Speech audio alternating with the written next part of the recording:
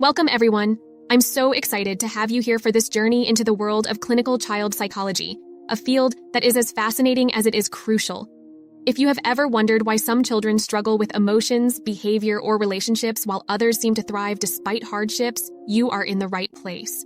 By the end of this course, you will not only understand how childhood mental health works, but also how professionals assess, diagnose, and support children who need psychological intervention. So let's start with a fundamental question. What is clinical child psychology? It's the branch of psychology that focuses on understanding, diagnosing, and treating emotional, behavioral, and developmental disorders in children and adolescents. While general psychology looks at human behavior across all ages, this specialization hones in on the unique psychological needs of children, which are vastly different from those of adults. Why? Because childhood is a period of rapid change. The brain is still developing, emotions are being shaped, and experiences during these formative years can have long-lasting effects on mental health. Historically, children's mental health was largely ignored. In the early 1900s, psychologists like Sigmund Freud and Jean Piaget laid the groundwork for understanding child development. Freud's theories on psychosexual development suggested that early childhood experiences influence adult personality, while Piaget introduced stages of cognitive development, showing how children think and learn differently at various ages.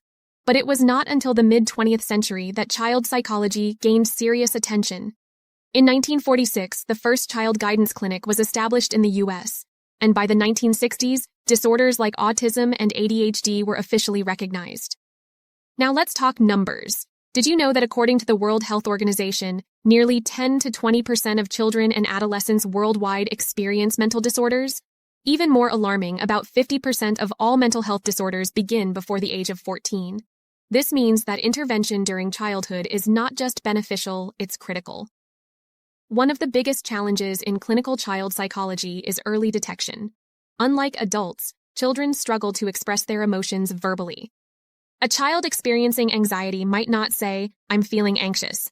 Instead, they might complain about stomach aches, refuse to go to school, or become excessively clingy. Misinterpretation of symptoms can lead to missed diagnoses or even incorrect treatments. For example, a child with ADHD may be labeled as lazy or disobedient rather than recognized as having a neurodevelopmental disorder that requires support. Let's look at a case that changed how we see childhood psychology. You may have heard of the Jeannie case from the 1970s. Jeannie was a young girl who was severely neglected and isolated for most of her childhood, completely deprived of language and social interaction. When she was discovered at age 13, psychologists saw firsthand how early experiences shape brain development. Despite years of therapy, she never fully developed normal speech or social skills, proving how crucial early childhood experiences are for mental and cognitive growth. Another well-known study is the marshmallow experiment by Walter Mischel in the 1960s. Researchers placed a marshmallow in front of a child and told them they could eat it now or wait a few minutes to get 2 marshmallows instead. This experiment was not just about willpower, it showed that children with better impulse control had higher academic success, better relationships, and even healthier lifestyles later in life. This tells us that early psychological traits can predict long-term outcomes, a core concept in clinical child psychology. So where do clinical child psychologists work? The answer is everywhere. They work in hospitals, schools, private practices, and research institutions, addressing a wide range of issues from anxiety and depression to trauma, autism, and learning disabilities. Some specialize in therapy, while others focus on diagnostic assessments to determine the best interventions for struggling children. The importance of this field cannot be overstated. Imagine a child dealing with severe anxiety.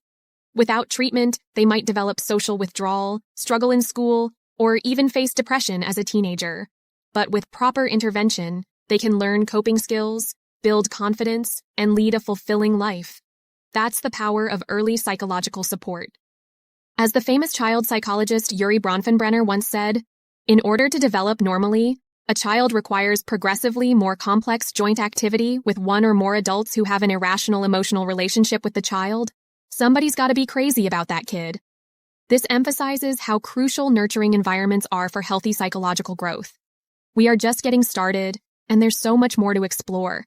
The more we understand about how children think, feel, and behave, the better we can support them in becoming mentally healthy adults. Let's keep this momentum going and dive deeper into the world of childhood mental health.